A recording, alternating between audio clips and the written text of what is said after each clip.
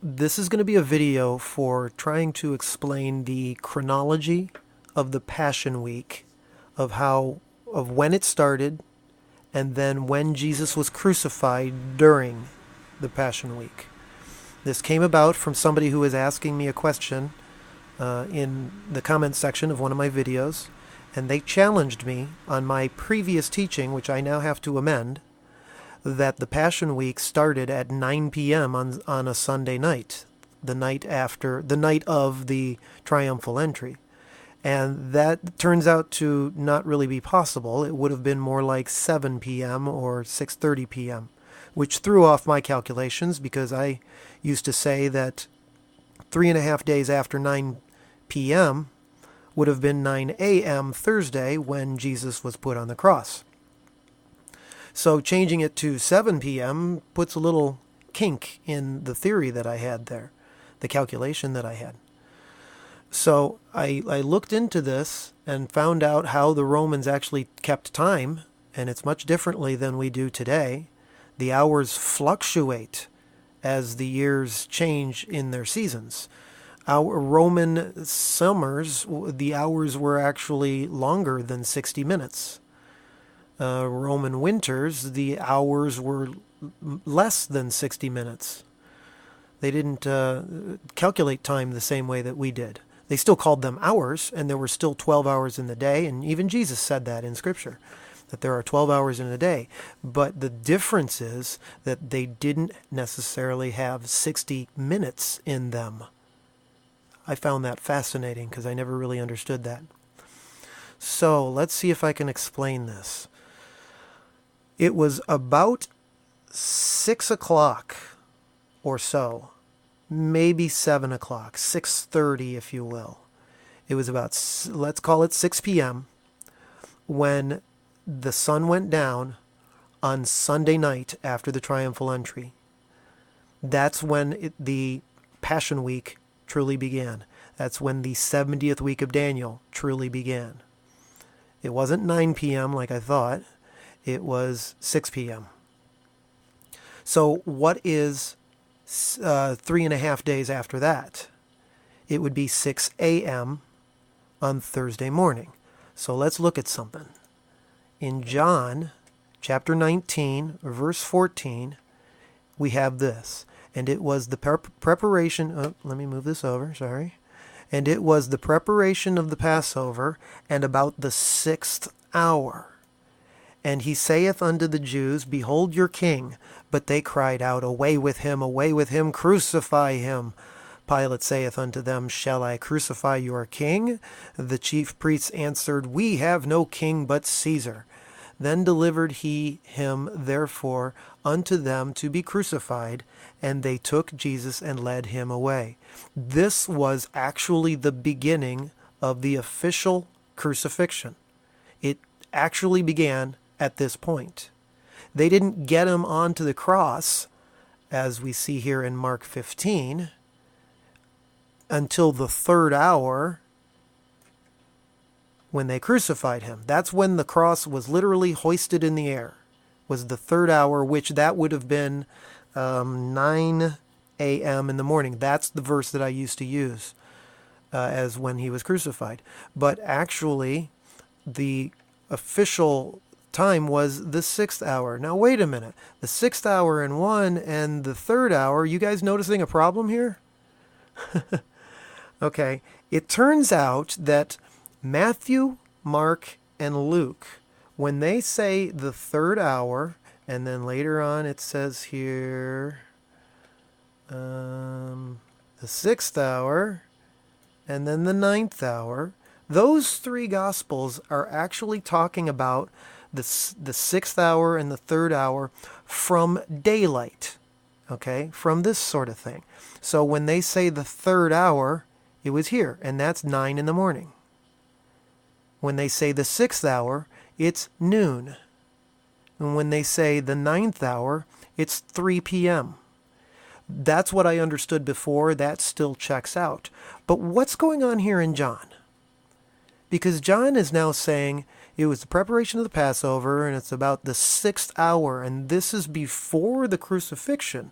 But he's saying the 6th hour, And this is when they say, crucify him.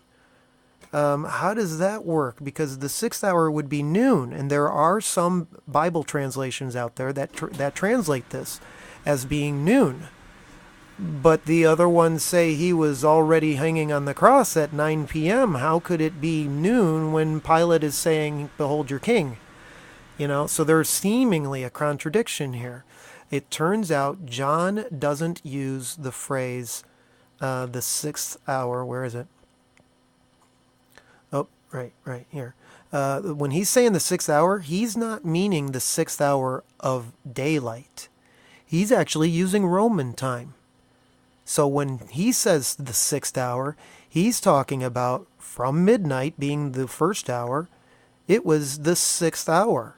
Roman time being 6 in the morning. 6 o'clock our time, really. So it was about 6 in the morning when Pilate said to the Jews, which makes you wonder, it was probably dusk. It was dark out. Remember, they had been up all night with the trial with Jesus, and it was all dark, and it was just about to start getting light when they were shouting, crucify him. And so it was the sixth hour when the Jews shouted, crucify him. Then it was the ninth hour when they, from the sixth hour to the ninth hour, he got whipped, and then finally at the ninth hour is when he was put on the cross and hoisted up. 3 more hours later is when the sky went dark for 3 hours, and then 3 p.m. is when the Lord died on the cross. So that all made sense. Now, why am I saying that John is using a different time here? Well, first of all, he has to be, otherwise the scriptures would be broken, because it would be a clear contradiction if he wasn't talking about that. So you have to look for a different answer, and that just makes the most sense, that he was talking about from midnight being the sixth hour, so 6 in the morning. Why do I say that? There's another time in John when he used this kind of phrase, the 10th hour. And there are other Bible translations that do the same thing that I'm doing here, that say that this must have been at 10 in the morning. This verse here is John 1, verse 39, and they're talking about the 10th hour, which would have been 10 in the morning, 10 a.m. So that makes sense of all of that. So when you look at it this way, let me move this back now a little bit. And then, so this is where the triumphal entry ends and the Passion Week starts. During the 6 o'clock hour, p.m. our time, so to speak. And then you go around 1 day and 2 days and 3 days and then a half day. You come to Thursday at 6 in the morning. And that is when the Jews shouted, crucify him. And Pilate said, okay, you got it. Let it be done. And he was ordered to be crucified.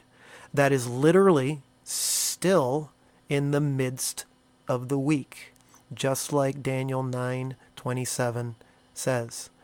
Daniel's 70th week was the Passion Week.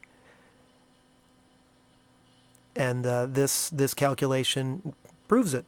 I think this shows that it was an extremely, extremely precise prophecy in the midst of the week, literally in the halfway point of the week, is when he was crucified compared to when the actual day began.